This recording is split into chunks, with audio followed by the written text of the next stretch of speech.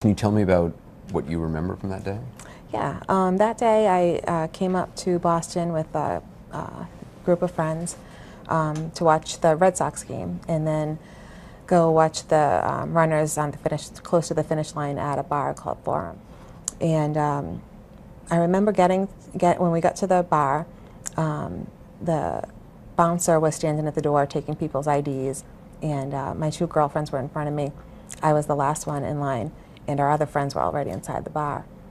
And we heard a loud noise. Everybody, I think all of us, turned around. I know I saw a lot of smoke. I saw people, crying and running, and I immediately thought it was some sort of a terrorist attack. That was your initial thought? It was, because it reminded me of something I saw on the September 11th events. So before I could even think of what to do, the second blast happened, and I found myself catapulted into the bar on the ground. So it actually lifted you up? Yes. And blew you through the entrance of the bar? Yeah. Wow. It did, and I saw one of my friends in front of me, and everybody was just running towards the back of the bar, to the exit outside.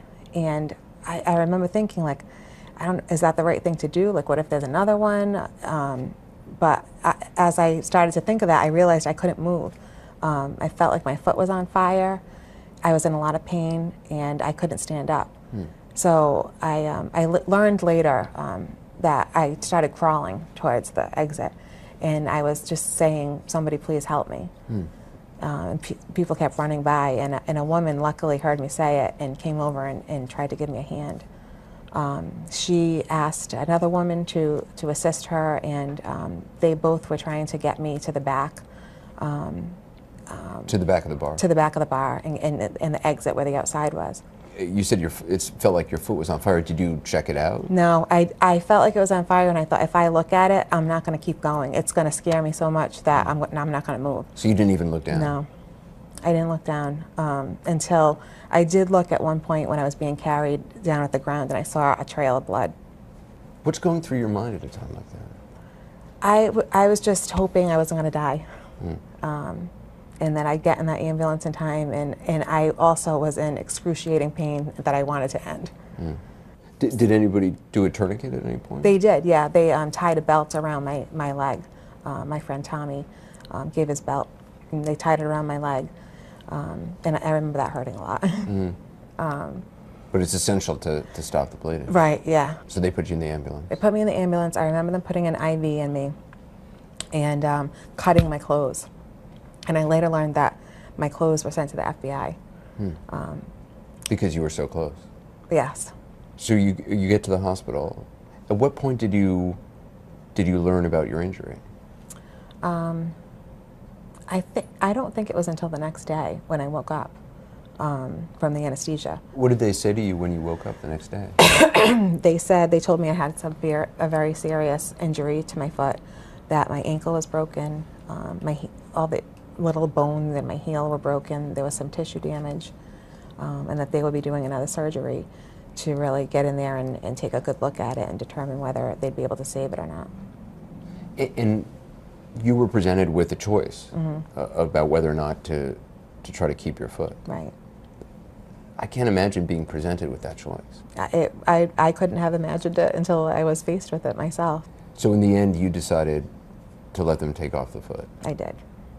When you made the decision, was it what were you feeling? To me, there almost wasn't a choice, because the way they described my life being with the option of keeping the foot, I couldn't imagine having a life where I really couldn't do anything for myself. So I really never doubted the decision. And how do you feel now? I still feel as though I made the right decision. I think the rehabilitation is going to be difficult. It's going to be a lot of work. But I've made progress every day. So I feel confident that eventually I'll get there. You got a great attitude. If I didn't, I won't get to where I want to be. Do you think a lot about that day, or do you prefer not to think about it? I prefer not to think about it.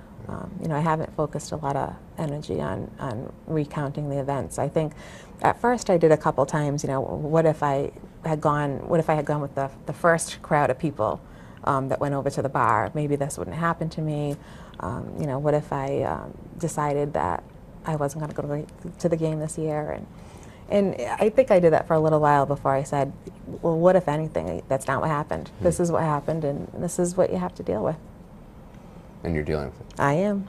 I'm so impressed by the people who rushed in to help people like yourself, who, you know, took off their belts and tied tourniquets. Yeah, that I think, from this experience, my initial, you know, takeaway has been that people will do things that you would just never expect them to. I mean, the folks who actually got me out there, got me outside and onto the ambulance, didn't know me. They had no obligation to help me. They were really putting their own lives at risk because they didn't know what was going to happen next.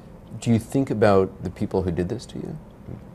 I haven't thought about it yet. I just kind of want to stay focused on rehabilitating myself, and then maybe I'll learn those details later. But that, at this point, that's not important to you? No. Just getting better? Right? Just getting better. I wish you strength in the days ahead. Thank you. Thank you very much. Thanks. Heather Abbott, her spirit is so strong. A fund has been set up to help pay for Heather's recovery and the prosthetic devices she's going to need for the rest of her life. To make a contribution, go to gofundme.com/Heather Abbott. You can find that link, plus links to other victims' funds on our website at ac360.com.